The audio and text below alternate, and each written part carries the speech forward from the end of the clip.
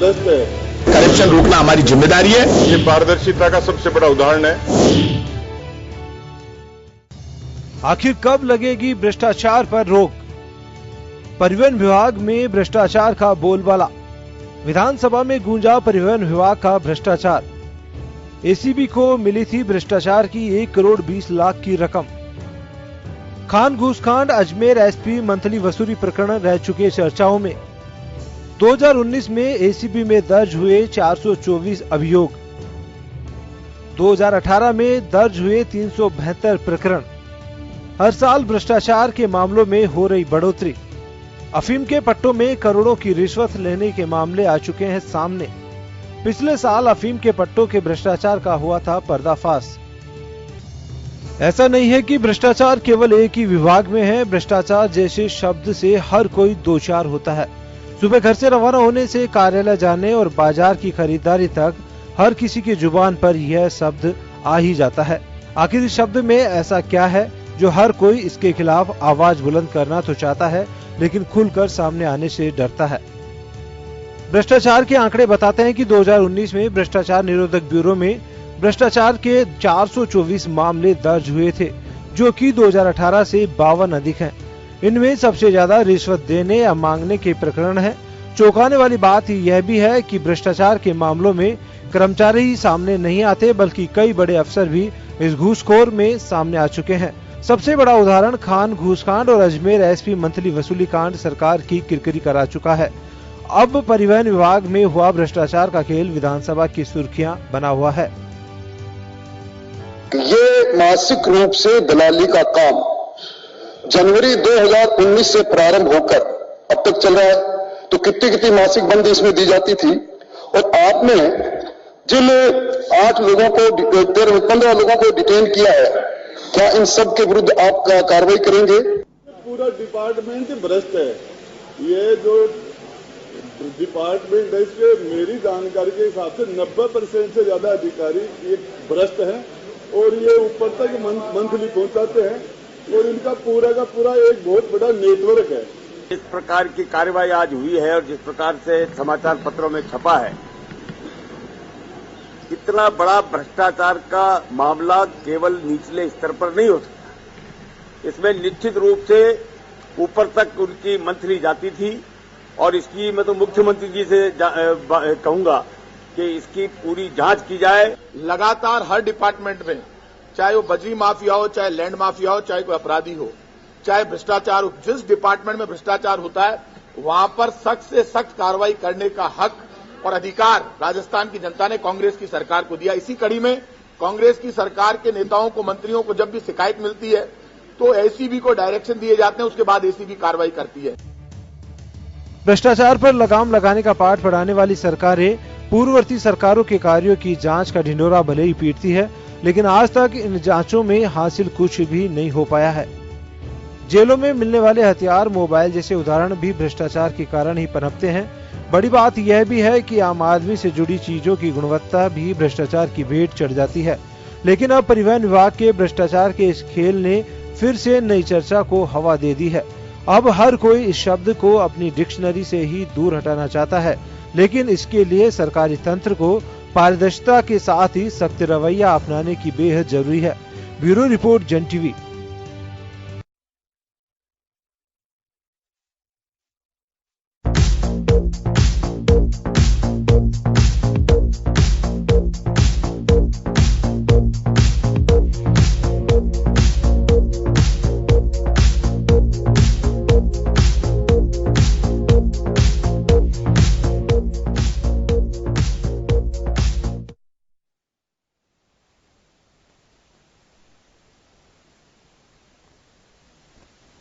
तो चलिए, आप देख रहे थे हमारा मजमून, और मैं योगेंद्र आपके साथ इस वक्त हमारे अतिथियों के साथ मौजूद हूं।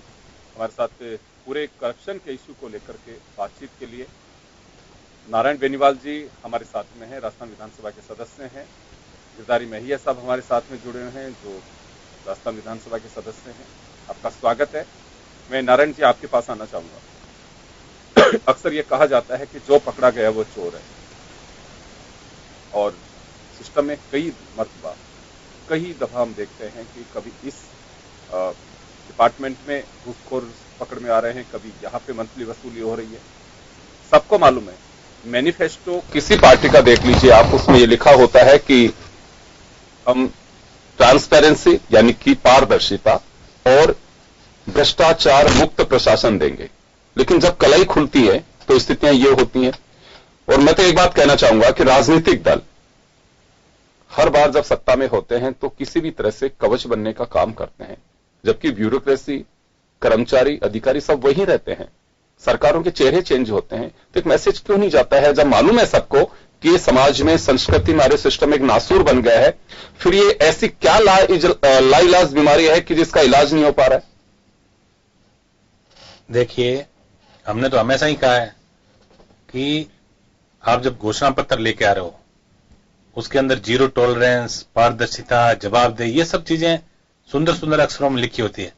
लेकिन उसके लिए कहीं कोई जिम्मेदार अपने आप को, किसी की जिम्मेदारी तय करने का जब की बात आती है तो कोई जिम्मेदारी लेने को तैयार ही नहीं है। आज आप जीरो टॉलरेंस की बात करें, अखबारों में कब नहीं आता कि फला डिपार्टमेंट में मंथली के प्रकरण चल रहे हैं, खानों के अंदर ये चल रहा है, बजरी के अंदर ये चल रहा है। सरकारें चाहे कोई हो, ये आपने बिल्कुल ठीक कहा, सरकारों को चलाने वाले जो कार्यपालिका के लोग हैं उनकी कुर्सियां बदलती है, उनकी नीयत को कैसे बदले, इस चीज पे विचार अवश्य होना चाहिए। जी गिरधर जी, आपके पास आना चाहूंगा। हर बार चर्चा तो यही होती है कि भ्रष्टाचार मुक्त शासन देंगे, हम प्रशासन देंगे, लेकिन हालात आप देखिए, शायद ऐसा कोई दिन होता होगा जिसमें अखबार में नहीं आए कि ये ट्रैप हो गया, इसके खिलाफ ये चालान पेश हो गया, इसमें ये गिरफ्तार हो गया, यहाँ पे घूसखोरी का आरोप लगा है। मालूम है कि ये एक गरीब के हितों पर, गरीब के सपनों पर एक बड़ा कुठाराघात है। मैं बहुत सारे उदाहरण दे सकता हूं कि करप्शन के खेल में क्या क्या हो रहा है, लेकिन ये कब खत्म होगा, कभी चर्चा इस पे होती है?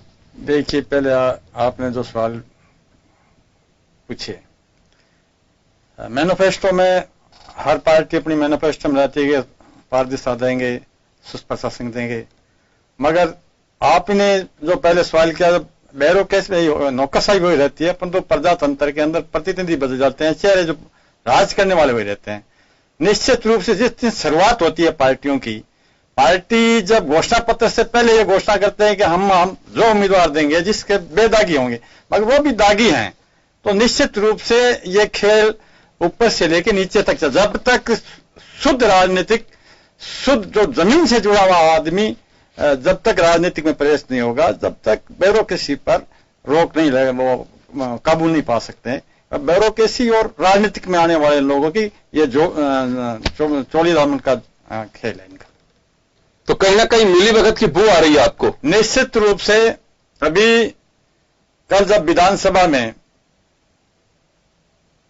मंत्री जी बयान दे रहे थे, धारीवाल जी, कि इस भ्रष्टाचार ब्यूरो ने बड़ी कार्रवाई करते हुए 1,20 लाख रुपए हम पकड़े हैं परिवहन विभाग के अधिकारियों से, और इतने को हमने ट्रैप करने वालों के, ट्रैप वालों ने 20 आदमियों पर कार्रवाई की है, मगर सिंगल एक इंस्पेक्टर पर रंगे हाथों पकड़ा गया। वे ये कहते हैं, तो उस सूरत के अंदर जब हमने देखा पक्ष और विपक्ष इतना बड़ा भ्रष्टाचार पे आरोप लगे परिवहन मंत्रालय पर, निश्चित रूप से ये नीचे से कड़ी रुकी ऊपर से जाती है।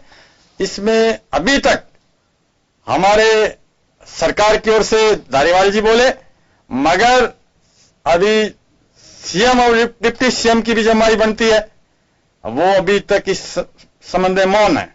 और अब कार्रवाई जो हो रही है, जो आप देख रहे हो, इससे पहले भाजपा के राज में भी 45 करोड़ के खनन का मामले में वो घोटाला हुआ था। तो ये दोनों मिली जुली बातें लगते हैं। मैं लौटूंगा आपके पास में, नारायण जी के पास एक बार जाना चाहूंगा। नारायण जी, मैं एक बात कहना चाहूंगा, खासकर मैं बात बीजेपी कांग्रेस की कर रहा हूं।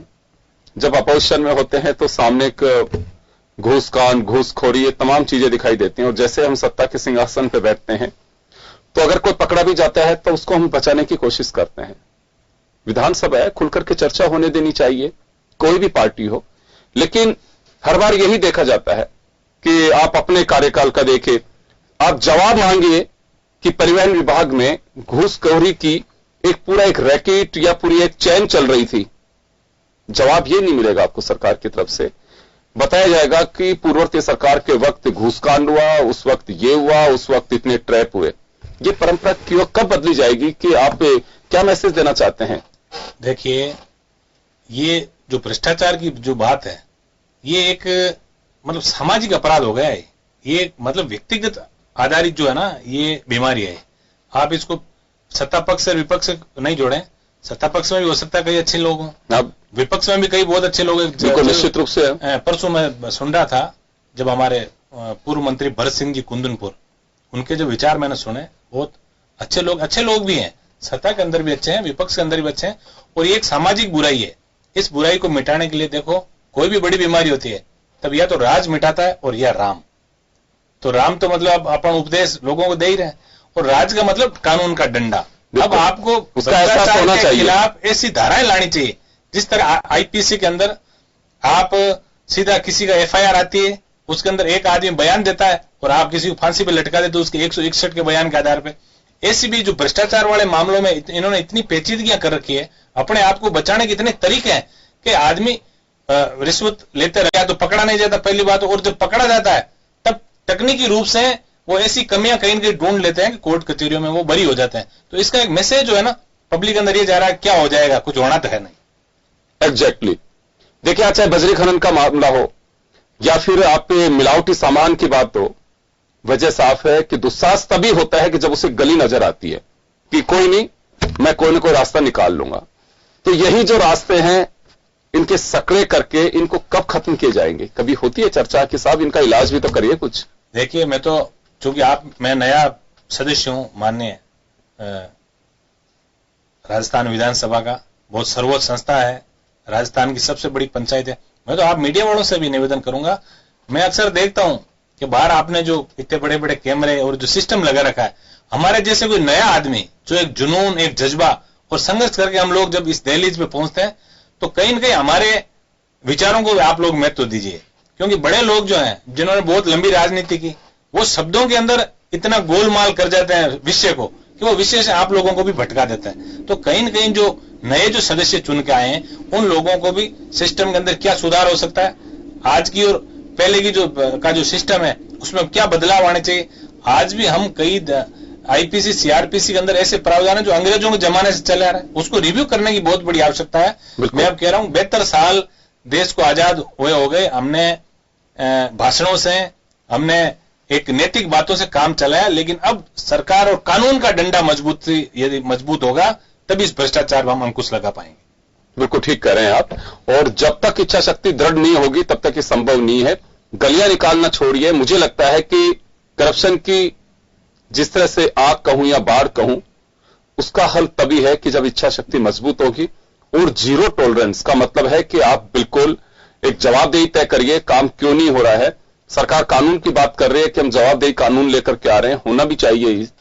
होगा तो भी इसमें एक कारण बताया जाना चाहिए कि आप इस फाइल को क्यों अटका रहे हैं, क्यों करना नहीं चाहते। अगर कोई खामी है तो इसे दुरुस्त करवाइए, अगर वो नहीं फुलफिल कर रहा है तो इसका डिस्पोजल करिए। यहां भी हो ये रहा है कि मेरे एक बात समझ में नहीं बैठती। मैं एक उदाहरण अगर परिवहन का ही ले लेता हूं, मेरी गाड़ी अगर ओवरलोड होती है और मैं अगर पैसे दे देता हूं तो अंडरलोड हो जाएगी वो। ये ऐसा खेल क्यों? सब जब सामने दिखाई दे रहा है कि बिल्कुल ये सूरज इस तरफ निकल रहा है, तो आप कैसे उससे पश्चिम की तरफ कहेंगे कि नहीं पश्चिम की तरफ निकलता है, पूर्व में ही निकलेगा। मैं ये सब आपके पास आना चाहूंगा। बहुत सारी चीजें, अगर कहीं सिस्टम में दुस्साहस है तो उसकी सबसे बड़ी वजह है भ्रष्टाचार, इसमें कहीं कोई डाउट नहीं है। अगर कोई यह कह करके कि हां मेरा क्या बिगाड़ लेगा कोई भी, अगर किसी ने सरेआम कोई बदमाशी करता है, पुलिस का डर नहीं है, तो मान के चलिए कि कहीं ना कहीं उसको लीक का मालूम है कि मैं कैसे बच करके निकलूंगा, उसकी वजह क्या रहेगी। अगर बजरी महंगी हो रही है राजस्थान में, एक गरीब को बजरी नहीं मिल पाती एक परात, और लोगों के डंपर खाली हो रहे हैं। आए दिन मैं सुनता हूं कि सब बजरी माफिया वहां से थाने के सामने से ट्रैक्टर लेकर के जा रहे हैं, वहां पे एसडीएम गया, उसने पकड़ा, फायरिंग करते हैं। ये दुस्साहस तभी बढ़ता है समाज के अंदर जब उनको मालूम है कि हम रास्ता निकाल लेंगे, और रास्ता की सबसे बड़ी जो माई बाप है वो है भ्रष्टाचार। कभी महसूस करते हो आप लोग, हाँ ये हो रहा है? देखिए, इसमें हमारी जो व्यवस्था है वर्तमान में, जो कार्यपालिका हो विधि पालिका हो, हम अब विशेषकर ये भी एक, जब बजरी की बात करते हैं तो बजरी में कहीं न्यायपालिका आ जाती है तो कहीं विधायिका आ जाती है। तो इसमें हमारे जो हम बैठे हैं जो एमएलए के रूप में, बड़ी पंचायत राजस्थान में विधानसभा है और दिल्ली में लोकसभा है, तो उसमें निश्चित रूप से जो आपने विचार कहा है, इसमें इस तरह के जो जरूरतमंद रोजमर्रा के काम में जो बजरी आती है, विकास में काम में आती है, तो उसमें वो भी रोड़े अटकाते हैं, वो भी बाध्य करते हैं। मजबूरी में जब क्या है कि कोई मजदूर के रूप में या ट्रक के रूप में कोई सोर्स नहीं बचता है, तो वो रास्ते ऐसे हमें सृजित करने चाहिए सरकार के द्वारा, जब तो उसमें ये कमी आ सकती है। या फिर इसमें और ज्यादा, आप जिस पर अंकुश कल निरोगी राजस्थान की बात चल रही थी, तो निरोगी राजस्थान के अंदर अब पहले तो जहां आप जिस कानून ला रहे हो या अध्यादेश ला रहे हो, उस पहले ही इतना मिलावट खोर चल रहा है। तो मिलावट आप इसमें मान लो, जिसे करप्शन में मान लो, मिलावट पुलिस के साथ मान लो, चाहे दूसरे के साथ मान लो, तो जब मिलावट खोर में अगर ये बंद हो जाएगी तो कुदरती ये मतलब क्या है कि दूसरा कानून लाने की जरूरत नहीं रहेगी। तो सबसे पहले हमें कार्यपालिका और न्यायपालिका दोनों में हमें सामंजस्य से बैठा के, और इस जो रोजमर्रा के जो बजरी के हैं, चाहे पत्थर के हैं, चाहे उनको उस पर विचार करके इन कड़ी को दूसरे रूप से विचार करना चाहिए। बिल्कुल आप सही फरमा रहे हैं। मैं नारायण जी के पास में जाना चाहूंगा।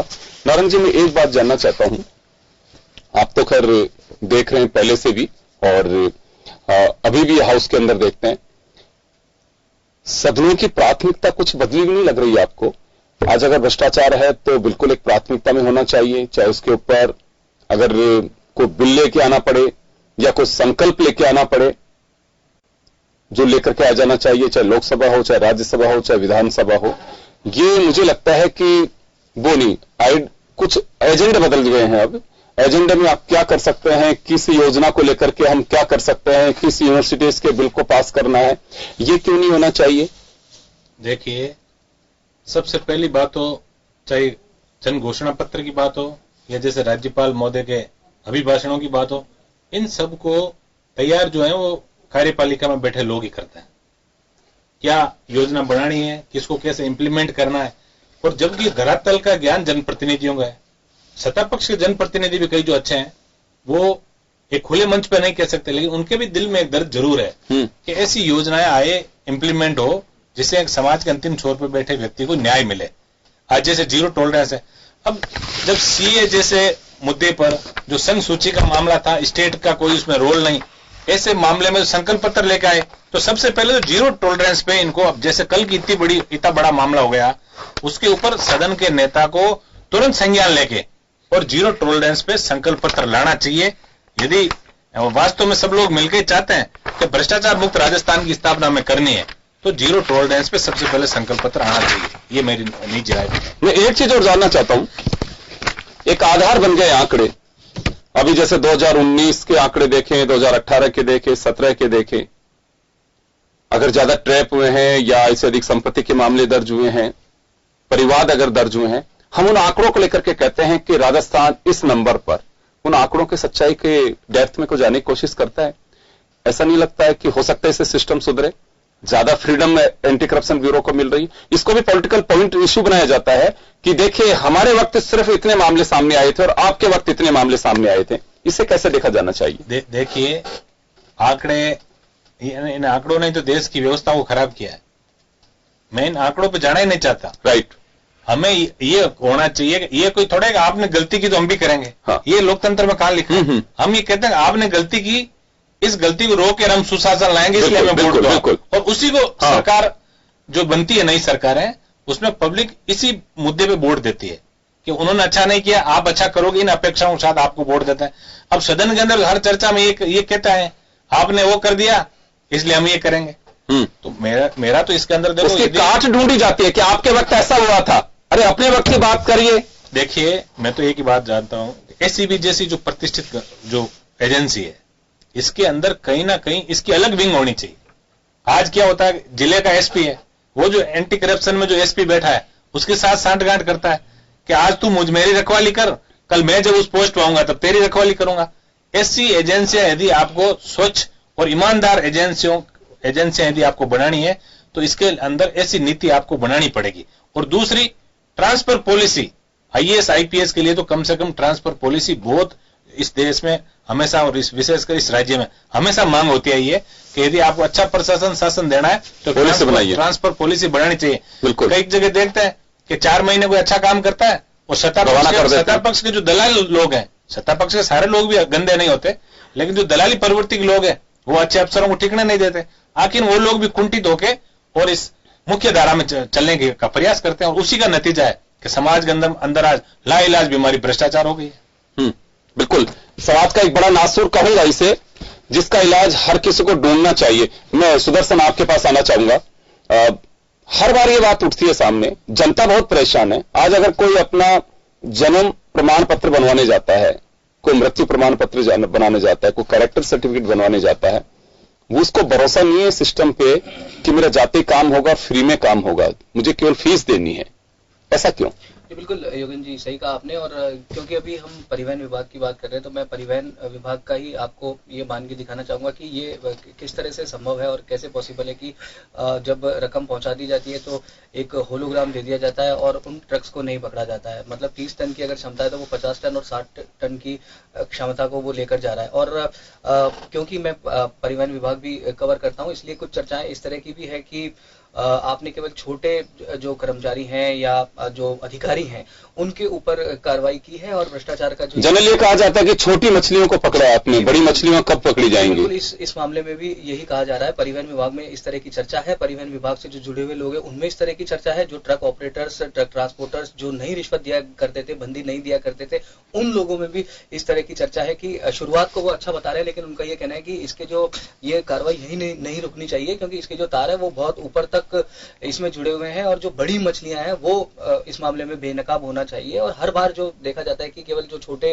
कर्मचारी और अधिकारी हैं उनके ऊपर कार्रवाई करके तीसरी कर दी जाती है, ऐसा इस मामले में नहीं होना चाहिए। परिवहन विभाग की योगेंद्र जी जो अभी आप बात कह रहे थे लाइसेंस नहीं बनवा सकता वहां पर एक आदमी जाकर, जबकि ये जयपुर के हालात हैं, अगर आपको रजिस्ट्रेशन आपकी गाड़ी का कैंसिल हो गया 15 साल बाद में आप दोबारा वहां पे रजिस्ट्रेशन करवाने के लिए अगर जाते हो तो वहां पे आप दोबारा रजिस्ट्रेशन नहीं करवा सकते। आप बिना दलालों के मार्फत, बिना दलालों की सहायता लिए हुए लाइसेंस नहीं बनता, गाड़ी का रजिस्ट्रेशन आपने लिया, मतलब कोई भी आपका अगर परिवहन विभाग में काम है तो ये तो सड़कों पर बंदी चली रही है। साथ साथ में जो विभाग है इनके जो जनता से जुड़े हुए विभाग है वहां पर भी सबसे ज्यादा अगर भ्रष्टाचार का मैं कहूं तो शायद परिवहन विभाग सबसे ज्यादा भ्रष्ट विभाग इस समय बना हुआ है।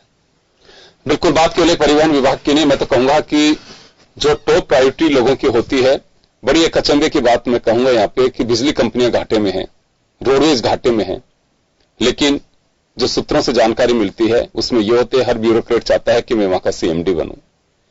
तो कहीं ना कहीं जो घाटे का उपक्रम है जिसपे बंद करने की तलवार हमेशा लटकी रहती है, लेकिन अधिकारी चाहते हैं कि हमें वहां पोस्टिंग मिलनी चाहिए। अंदाजा लगा सकते हैं कि जनता की मेहनत की कमाई पर किस तरह के डाके पड़ रहे हैं। ये सबके लिए एक शर्म की बात है और खासकर राजनीतिक दलों के साथ साथ सत्ता की जो सुख भोगने के लिए लोग आते हैं, जनता के बीच से निकल करके आते हैं। अंदाजा लगाना चाहिए कि कल हम जब वापस परीक्षा की उस घड़ी में जाएंगे तो जनता क्या सोचेगी। हम उनकी भावनाओं की कद्र करें। भ्रष्टाचार चुनाव में तो मुद्दा होता है, लेकिन चुनाव के बाद जब आप चुनाव के बाद इस भ्रष्टाचार के मुद्दे के मायने बदल जाते हैं। चलिए छोटे से ब्रेक के लिए रुक रहे हैं, ब्रेक के बाद जल्द लौटते हैं।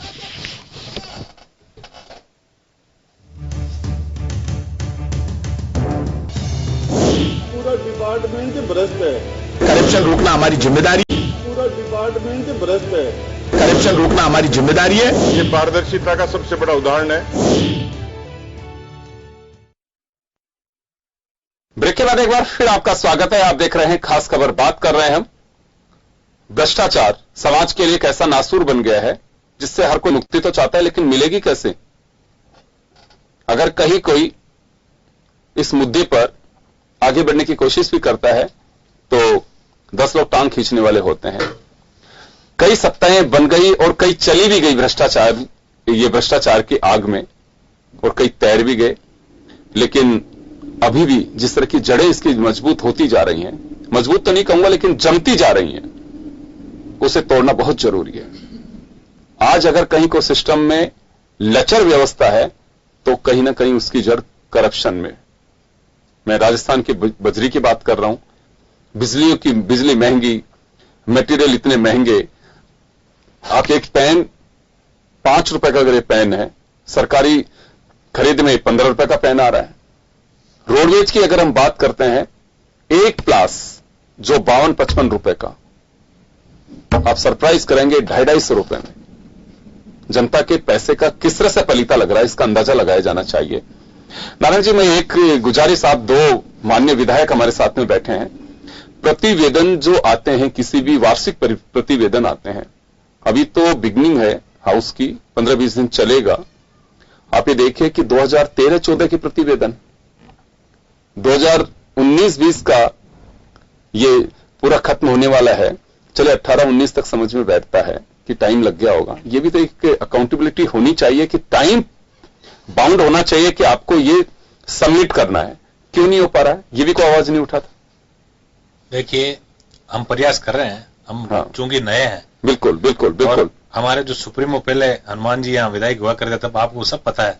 तो हमेशा भ्रष्टाचार और इन सब मुद्दों पे कि समाज के अंतिम छोर पे बैठे व्यक्ति को न्याय कैसे मिले, भ्रष्टाचार प्रदेश में कम कैसे हो, किसानों की स्थिति अच्छी कैसे हो, युवाओं को आत्महत्या जैसे कदम क्यों नहीं उठाने पड़े, इन सब बातों में वो हमेशा शासन प्रशासन से लड़ते नजर आते थे सब जगह। और हम भी ये प्रयास करते हैं, लेकिन सिस्टम ऐसा है कि आप जब कोई ऐसी बात उठाने की कोशिश करते हो तो कहीं ना कहीं ऐसा लगता है कि सत्ता में बैठे लोगों का ये अभी मूड नहीं है, हजम नहीं कर पा रहे हैं, अभी ये मूड नहीं है कि ऐसे ज्वलंत मुद्दों पे चर्चा हो। और इसी का परिणाम ये होता है कि आप देखते हो, जब ऐसा कोई शब्द आता ही हंगामा हो जाता है और कई फिर बहिर्गमन, विपक्ष बहिर्गमन पे मजबूर हो जाता है और सत्ता पक्ष वाला चल देता है। इन सब चीजों पे अकाउंटेबिलिटी जो है वो जब तक आप तय नहीं करोगे, आप देखिए जहां भी आप जाते हो तो अलग अलग नेता लोग कहते हैं हमें भ्रष्टाचार खत्म करना है। IAS IPS जो है वो कहते हैं नेता भ्रष्ट है। आम जो व्यक्ति है जो समाज के अंतिम छोर पर बैठा है, सच्चाई है आपने जो बात कही, वो कह रहा है कि दोनों है जो आप बदमाश हो। और सरकारी अधिकारियों को जब और डांट डपट की बात होती है तब वो कहते साहब हमारे पास संसाधन नहीं है।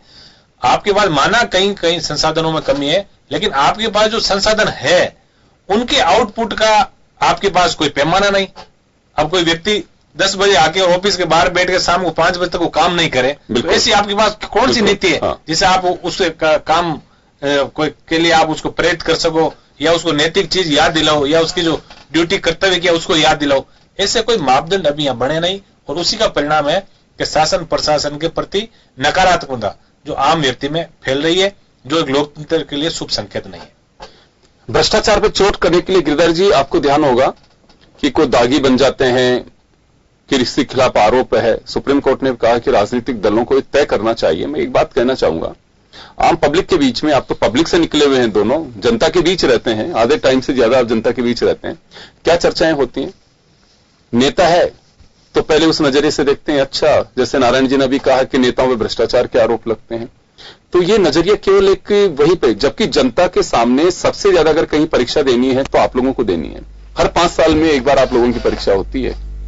IAS एक बार बनता है, IAS बन जाता है, IAPS एक बार एग्जाम पास करके IPS बन जाता है, उन्हें कोई परीक्षा नहीं देनी बीच में, लेकिन आप लोगों को हर 5 साल में परीक्षा देनी है।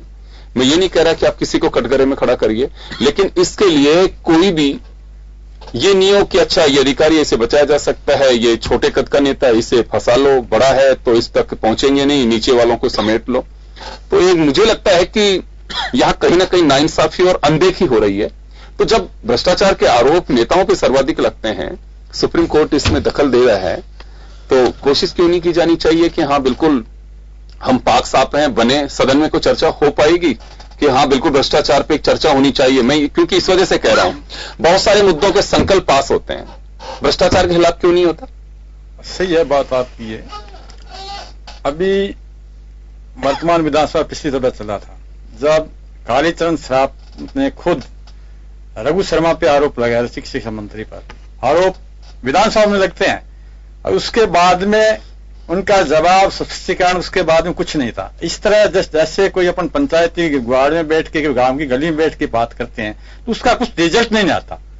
उस तरह से अभी जो व्यवस्था जो चल रही है उस व्यवस्था से तो सत्ता पक्ष और विपक्ष, मेरे नजर में तो अभी मैं लगातार विधानसभा देख रहा हूं, तो ऐसा लग रहा है कि मानो ये अभी प्रजातंत्र का जो लोग चुन के आते हैं, प्रजातंत्र नेता के रूप में, जो वहां जहां देखते हैं साधारण रूप में हम एक एमएलए के रूप में गए हैं, तो नेता के रूप में लोगों को मतलब क्या है कि वो गाली समझते हैं अपने आप को, नेताजी आ गए। उसी तरह अभी आपने जैसे बिजली कंपनियों पर कहा, बिजली कंपनी जब यहां बोर्ड था भैरों जी के राज में, स्वतंत्र में, बोर्ड को भंग करके निगम बनाया गया कि बोर्ड घाटे में चल रहा है। तो जब इनका एक प्लांट बनाया गया सारा स्ट्रक्चर खड़ा करने के लिए, तो अमेरिका से इंजीनियर में इतने करोड़ का वो बना था उस टाइम, स्वतंत्र की बात है वो उसको लागू करते करते चंद्रभान जी आए, ऊर्जा मंत्री बने 80 के अंदर, 80 के बाद में ऊर्जा मंत्री बनने के 85 में बने। तो वहां उन्होंने लागू चंद्रभान जी के और अशोक गहलोत जी के टाइम निगम ने कार्य रूप लिया। तो उन्होंने कार्य रूप ऐसा दिया था कि बोर्ड को भंग करने के बाद निगम बनाएंगे, तो निगम बनाने के बाद में जो घाटा है वो कम रहेगा, तो और बोर्ड भंग करने के बाद में ज्यादा से ज्यादा निगमों में घाटा और ज्यादा घाटा आया है। लगातार आप देख रहे हो जो कंपनियां बनी है, जो कंपनियां बनी है वो घाटा ज्यादा आया है। कि बिजली के मामले में जब शुरू में चल रहा था कि जो ट्रांसफार्म एग्रीकल्चर के कुओं पर लगे हुए हैं, तो पहले से वहां एमडी वगैरह उन्होंने कहा ये इसमें चोरियां होती है, तो इसमें आप सुपर ट्रांसफार्मर लगाओ। तो सुपर ट्रांसफार्मर के नाम से अच्छे ट्रांसफार्मर उतार के और उन्होंने मतलब क्या है कि कचरे में डाल दिया, और उनको नीलामी के अंदर उससे सुपर ट्रांसफार्मर के अगर आप मार्केट में बनाओगे तो उनके कॉस्ट 7,000 या 70,000 या 40,000 में आ जाएगी, परंतु वो उन्होंने 1-1 लाख से ऊपर कॉस्ट ली थी उनके। उस टाइम मैंने जन आंदोलन के रूप में मांग भी की थी कि ऑडिट की जाए, मगर आज तक उन्होंने फिर मेरे को उनके यार आप ये मांग क्यों उठाते हो, इस मांग में ये सुपर ट्रांसफार्मर की कितने सुपर ट्रांसफार्मर लगाए और कितने ट्रांसफार्मर नीलाम किए गए, तो उस पर किसानों पर डबल, किसान आम जनता पर डबल मार पड़ती है। आज आप देख रहे हो कांग्रेस सत्ता पक्ष की बात करते हैं या कोई पार्टी की बात करते हैं, अभी दिल्ली के अंदर जब चुनाव हो रहा था तो एक तरफ आम पार्टी काम के नाम पर वोट मांग रही थी, दूसरी जो पार्टियां थी कांग्रेस हमारा सत्ता पक्ष में यहाँ वहां कह रही थी हमारा राज बनेगा तो 300 यूनिट हम फ्री देंगे, तो आज हमारा राज यहाँ है तो यहाँ बिजली के दाम बढ़ाए गए हैं। तो ये इस तरह की जब तक स्वयं नहीं सुधरेंगी राजनीतिक पार्टी के लोग, जो अगवा नहीं सुधरेंगे, जब तक ये मैं वापस लौट रहा हूं आपके पास में, एक बार नारायण जी के पास में जाना चाहूंगा। नारायण जी, एक बात मैं जानना चाहता हूं, पिछले कुछ समय से देख रहा हूं मैं, सरकारें जब जाने का वक्त आता है तो 6 महीने पहले, साल भर पहले कुछ इंपॉर्टेंट अनाउंसमेंट, कुछ चीजों का इंप्लीमेंट, कुछ टेंडर, ये सब तमाम चीजें कर जाती हैं। फिर सरकार बदलती है, उसकी 6 महीने के लास्ट के काम की जांच शुरू करती है। पूर्ववर्ती सरकार ने भी अशोक गहलोत सरकार के दूसरे कार्यकाल की लास्ट की 6 महीने की जो चीजें थी उनकी जांच की। वर्तमान सरकार पूर्ववर्ती वसुंधरा सरकार के 6 महीने के काम की जांच कर रही है। आप मुझे बताइए कि इसे मैं किस तरह से देखूं, जनता के साथ मजाक?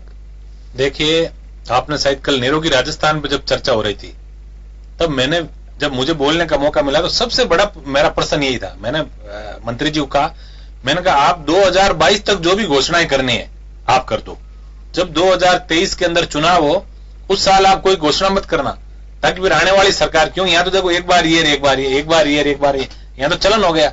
यहाँ लोग दुखी होके और मौजूदा सरकार को गिराते हैं, मतलब नई को नहीं चुनते, यहाँ मौजूदा सरकार को गिराने का ट्रेंड है कि इसको गिराना है इसलिए वो जीतेगा। बाकी यहाँ विकास के नाम पे कई आज तक सरकार नहीं बनी, ये बड़ी पहली बात है ना, ये मैं बड़े व्यथित मन से कह रहा हूं ये बात कि यहाँ सरकारें जो है ना, एक को हराने के लिए दूसरी को लोगों ने पसंद किया। तो मैंने कल यही कहा, मैंने कहा आप लास्ट का जो साल है उसके अंदर आप कोई ऐसी घोषणा मत करो जिससे आने वाली सरकार को ये मौका मिल जाएगा, ये आपने पूरी नहीं की, ये पूरी नहीं की।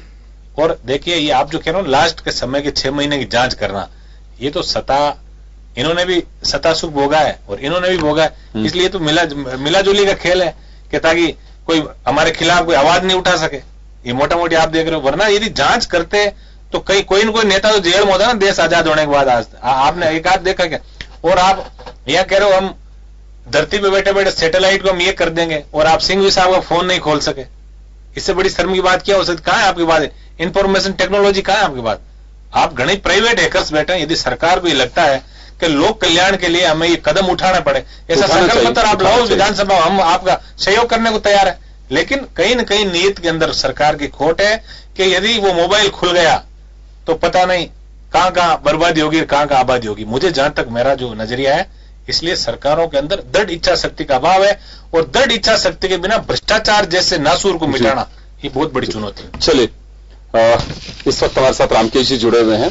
रामकेश जी, हमारे जो दो माननीय विधायक महोदय बैठे हैं, उनसे लंबा एक्सपीरियंस आपको है राजनीति का। भ्रष्टाचार एक बड़ा नासूर मैं समाज, संस्कृति और सिस्टम के लिए कहूंगा, और हर कोई इसको लेकर के कभी भी, ये ऐसा एक फर्टाइल वर्ड है, कभी भी किसी को नींद में बात करोगे भ्रष्टाचार के खिलाफ कोई भी बोल सकता है। हर राजनीतिक दल अपने मैनिफेस्टो में लिखता है, लेकिन बावजूद इसकी जड़ें, मैं मजबूत तो नहीं कहूंगा लेकिन फैल जरूर रही हैं। बिल्कुल आप सही कह रहे हैं। और भ्रष्टाचार जो है बहुत ही गहरे तक अपनी जड़ जमा चुका है। कोई भी सरकार आती है और प्रयास करती है, अपने अपने स्तर पर ये प्रयास होते हैं भ्रष्टाचार को रोकने के। और विशेष रूप से मैं ये कहना चाहूंगा योगेंद्र जी कि जब भी कांग्रेस सरकार आई है और आदरणीय अशोक जी गहलोत साहब जब चीफ मिनिस्टर बने हैं, तो भ्रष्टाचार को रोकने के बहुत ही सार्थक प्रयास उनके द्वारा किए और भरपूर ये कोशिश की कि भ्रष्टाचार रुके भी नहीं तो इस स्तर तक कम हो जाए कि आम आदमी उसकी गिरफ्त में नहीं आए, आम आदमी भ्रष्टाचार से मुक्त महसूस करे। और भ्रष्टाचार एक तरीके से जो बहुत गहरे तक जो पहुंच चुका है, उसको किस तरीके से कम किया जाए, हर बार सरकार ये प्रयास करती है। इस बार भी मुख्यमंत्री जी ने बिल्कुल पारदर्शी सरकार देने का वादा किया और मुझे कहते हुए बहुत गर्व है कि मुख्यमंत्री जी बहुत लंबे समय से राजनीति में हैं, तीसरी बार राजस्थान के मुख्यमंत्री बने हैं। उनका खुद का दामन इतना पाक है कि उन पर आज तक कोई भी भ्रष्टाचार का आरोप नहीं लगा। तो खुद जब बेदाग है तो वो ये चाहते हैं कि सरकार और उनकी पार्टी बेदाग रहे और इसके लिए उन्होंने कोई कोर कसर नहीं छोड़ रखी है। हर तरफ, हर भ्रष्टाचार, हर विभाग में उन्होंने कोशिश ये है कि इस जो भ्रष्टाचार का जो बिल्कुल दानव का जो रूप ले चुका है, इसको पूर्णतः खत्म किया जाए। जी, मैं एक बात और जानना चाहता हूं। करप्शन के इश्यू ऐसा नहीं है कि हर सत्र में आते हैं, उठते भी हैं, लेकिन जवाब में यह दिया जाता है कि अपने टाइम कम, दूसरे के टाइम की व्याख्या ज्यादा की जाती है, जैसे जिस पे आरोप लगा उसे बचाया जा रहा हो, मैसेज ये जाता है। ऐसा क्यों हो रहा है? ऐसा नहीं है। जो भ्रष्टाचार तो ऐसा है, कोई छुपता तो है नहीं। पिछली जो भारतीय जनता पार्टी की सरकार थी, आप देख पूरे राजस्थान में क्या भ्रष्टाचार हुआ, क्या नंगा नाच हुआ, पूरे जो रेत खनन माफिया क्या किस तरीके से उन्होंने नंगा नाच किया कि जनता से छुपा हुआ नहीं है। आज उन पर लगाम लगी है। लोग भ्रष्टाचार अगर कर भी रहे हैं तो उसको बहुत डर करके और ये कोशिश रहती है कि जो उनको छिप करके लोग कर रहे हैं और जो सरकार की नजर में आ रहा है वो किसी भी रूप में बच नहीं रहा। ये मैं आपको कहना चाहूंगा। अभी आप आए उससे पहले दोनों हमारे जो साथी या माननीय विधायक बैठे हुए हैं, इन्होंने एक बात उठाई थी कि लास्ट के कार्यकाल के जांच दोनों सरकारें करा रही हैं, लेकिन अभी तक किसी को ये नहीं बताया कि हाँ ये लोग दोषी मिले उसमें। अब वर्तमान सरकार ने भी कुछ दिन पहले ही क्लीन चिट दी है कि हाँ लास्ट की जांचें करवा ली, क्योंकि इससे करीब 1.5 साल से तो कामों की पेंडेंसी बन गई। जिन योजनाओं को टेंडर तक हो चुके, काम होना था, वो भी अटक गई। साहब जांच में है, अभी तो मंत्रिमंडलीय समिति जांच कर रही है। पूर्ववर्ती सरकार ने अशोक गहलोत साहब के कार्यकाल की जांच करवाई, अब अशोक गहलोत साहब की सरकार वसुंधरा जी के कार्यकाल की करा रही है। और आपने भी जब कोट किया कि भ्रष्टाचार का किस तरह से खुला नाच नाचा जा रहा था, तो जब सरकार में आते हैं तो हम किसी को अंदर फिट नहीं करते हैं कि हाँ आपका ही दोस्त था और आपने खुला ये करप्शन किया था, जनता में एक मैसेज जाना चाहिए। केवल एक बोली का मैसेज जा रहा है, एक्शन का नहीं जा रहा कहीं पे। मैं ये कहना चाहूंगा कि जो सरकार का एक ट्रेंड कि 6 महीने पिछले जो भी कार्यकाल रहा है, वो 6 महीने के उसके कार्यकलाप की उसकी जांच की जाए। कोई 6 महीने में कोई सोच समझ करके भ्रष्टाचार ये तो करेगा नहीं कि साहब 6 महीने में ही करना है। हाँ। जिसको भ्रष्टाचार करना है वो कभी भी कर सकता है, सतत प्रक्रिया के तहत करता रहता है। तो जांच जो है लगातार होनी चाहिए, मॉनिटरिंग होनी चाहिए, और मुख्यमंत्री जी का ये प्रयास है कि वो जांच बिल्कुल अब हर विभाग में नीचे तक वो बहुत ही जबरदस्त मॉनिटरिंग के तहत सरकार काम कर रही है। और मुझे ये कहते हुए बहुत गर्व है कि भाजपा के शासन में जो नंगा नाच हो रहा था उस पर निश्चित रूप से रोक लगी है, और भ्रष्टाचारी 10 बार सोच करके अगर उसको भ्रष्टाचार भी अगर करना है, कहीं अगर वो गड़बड़ भी कर रहा है तो बहुत डर करके कर रहा है। ये हमारे लिए बहुत गर्व की बात। नारायण जी कुछ कह रहे हैं आप। देखिए, कल जब निरोगी राजस्थान पर चर्चा चल रही थी तो कांग्रेस के माननीय सदस्य ने एक प्रश्न उठाया कि हमारे इलाके में ये काम हो रहा था, पीपीपी मोड में सरकार ने हॉस्पिटल दे रखा था, उसके अंदर अनियमितता हुई। आप बताइए, जब आप सत्ता पक्ष के विधायक हैं, सारा सिस्टम आपका है, तो फिर ऐसे आदमी को आप लटकाइए ऊपर जिसने भ्रष्टाचार किया।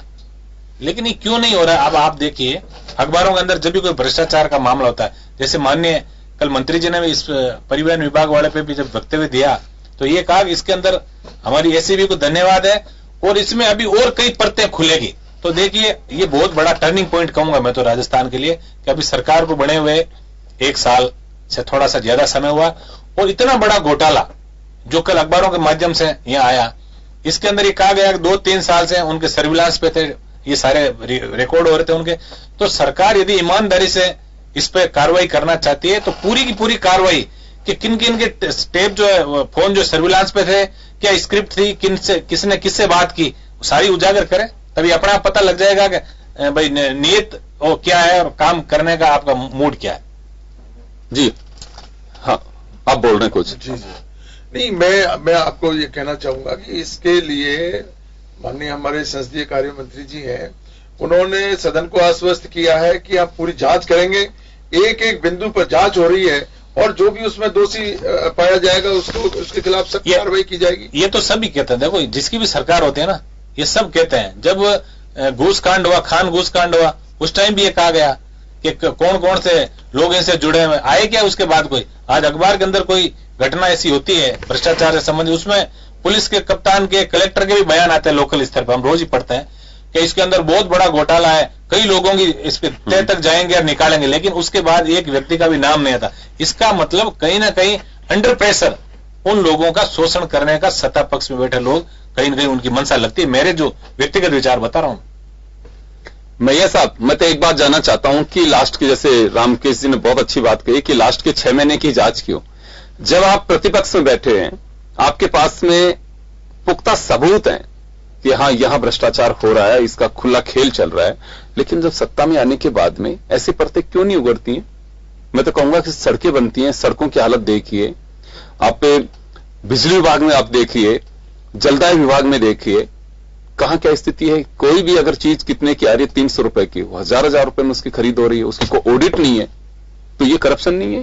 देखिए, ये लगातार राजनीतिक में जो स्वतंत्र के बाद, 75 के बाद, स्वतंत्र के बाद में जो उतार चढ़ाव पे पैराशूट का जो लोग उतरने लगे लीडरशिप, उसके बाद में इस राजनीति को व्यवसायिक के रूप में ले लिया। आज आप जब नरेगा चालू हुई थी उस टाइम मैं जिला परिषद का मेंबर भी था, तो हमने छोटी पंचायत, ग्राम पंचायतों से वो छोटे छोटे मतलब के जो सप्लाई के जो काम थे वो ग्राम पंचायत के पास नहीं थे, उसमें सीओ लेवल के, आरएस आईपीएस लेवल के उनको परचेज करने के पावर थे। तो जब तक उनके ये जनरल बॉडियों को स्वतंत्र रूप से जब तक चर्चा नहीं की जाती, जब तक उनके पास पावर नहीं होते, जब तक ये भ्रष्टाचार, नौकरशाही हावी रहेगी, जब तक भ्रष्टाचार मिटने वाला नहीं है। क्योंकि अभी राजनीति को आप देख रहे हो। मैं एक बात जानना चाहता हूं मैया साहब, यहाँ पे केवल एक ही तबके को क्यों दोष ठहराया जाता है इसमें कि ब्यूरोक्रेसी में तब तक ये भ्रष्टाचार खत्म नहीं होगा? नहीं, मैं इसके आपके सवाल का उत्तर देता हूं। मैं इसलिए मैंने कहा कि 80 के बाद में जो राजनीतिक परिवर्तन आया उसमें ज्यादातर लोग वो आए हैं, अभी राजनीतिक में जो वो लोग हैं या तो डॉक्टर हैं या आईपीएस, रिटायर आईपीएस है, आईएएस है, या वकील हैं, या इस टाइप वो लोग जो जनता से जुड़े हुए कभी नहीं थे, आम जनता की तकलीफों से जुड़े हुए। देखिए आजादी से जब कांग्रेस का हम असली बात पे आते हैं, जब कांग्रेस इमरजेंसी से पहले जो लोग थे उसमें जो आजादी से जुड़े हुए थे, जनता से जुड़े हुए थे, चाहे किसी पार्टी में हो, चाहे जनसंघ के हो, चाहे लोकदल के हो, वो जनता से जुड़े हुए थे। उसके बाद में राजनीतिक जो परिवर्तन आया उसमें अभी आप ही कह रहे थे भी तुरंत एक सरकार जाती है दूसरी मांग क्यों नहीं करती। जरूर भ्रष्टाचार जांच की मांग जरूर करते हैं, मगर आज तक अशोक गहलोत जी जब विपक्ष में रहे तो रोजाना वसुंधरा पूर्व मुख्यमंत्री पर आरोप लगाते रहे, मगर आज राज में आ गए फिर भी अभी तक कोई किसी टाइप की किसी प्रकार की जांच के नहीं हुई है।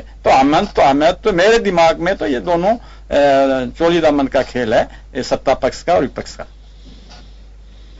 चलिए, ये तो सबको कहते हैं कि चोली दामन का साथ है सत्ता पक्ष और प्रतिपक्ष का, लेकिन ये होना नहीं चाहिए।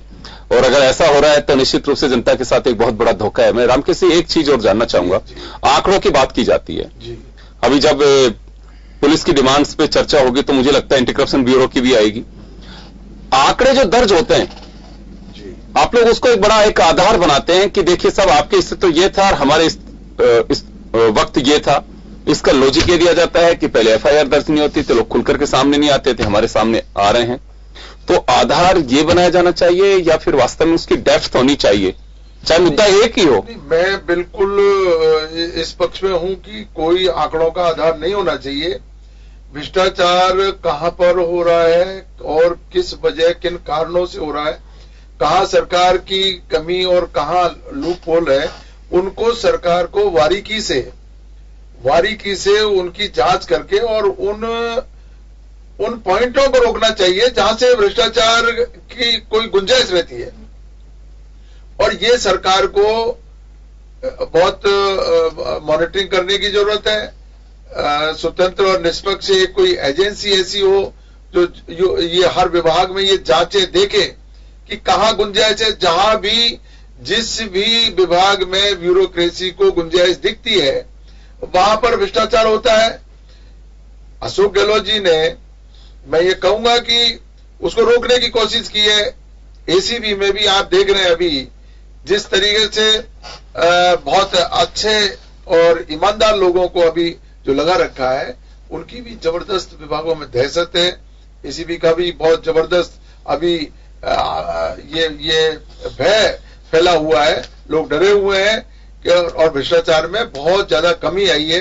अशोक गहलोत साहब ने अगर यही प्रयास और तेजी से अच्छे अफसरों को एसीबी में अगर नियुक्त करके। मेरा सर एक सवाल हो रहा है, केवल हम अफसरों को या ब्यूरोक्रेट्स को ही क्यों कटघरे में खड़ा कर रहे हैं कि ब्यूरोक्रेट्स से क्या करप्शन, कर्मचारी, सरकारी जो नुमाइंदे सिर्फ उन्हीं में ही है?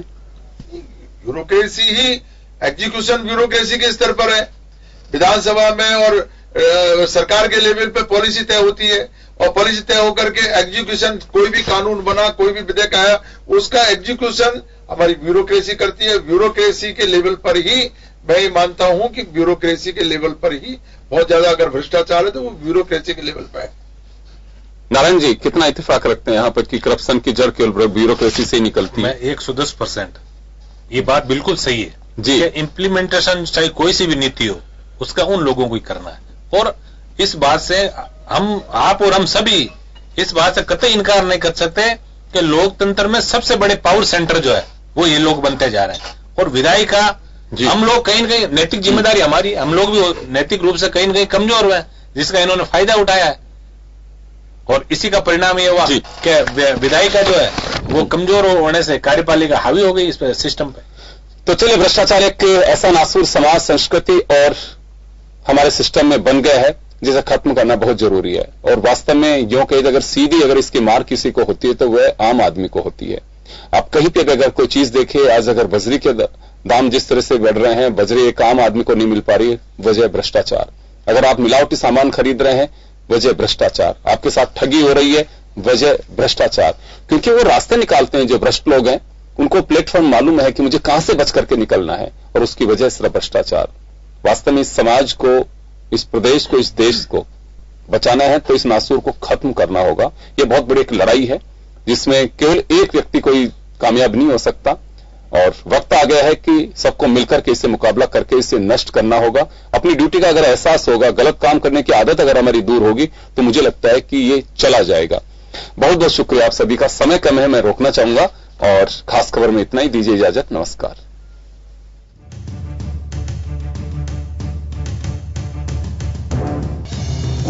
पूरा डिपार्टमेंट भ्रष्ट है। करप्शन रोकना हमारी जिम्मेदारी है। ये पारदर्शिता का सबसे बड़ा उदाहरण है।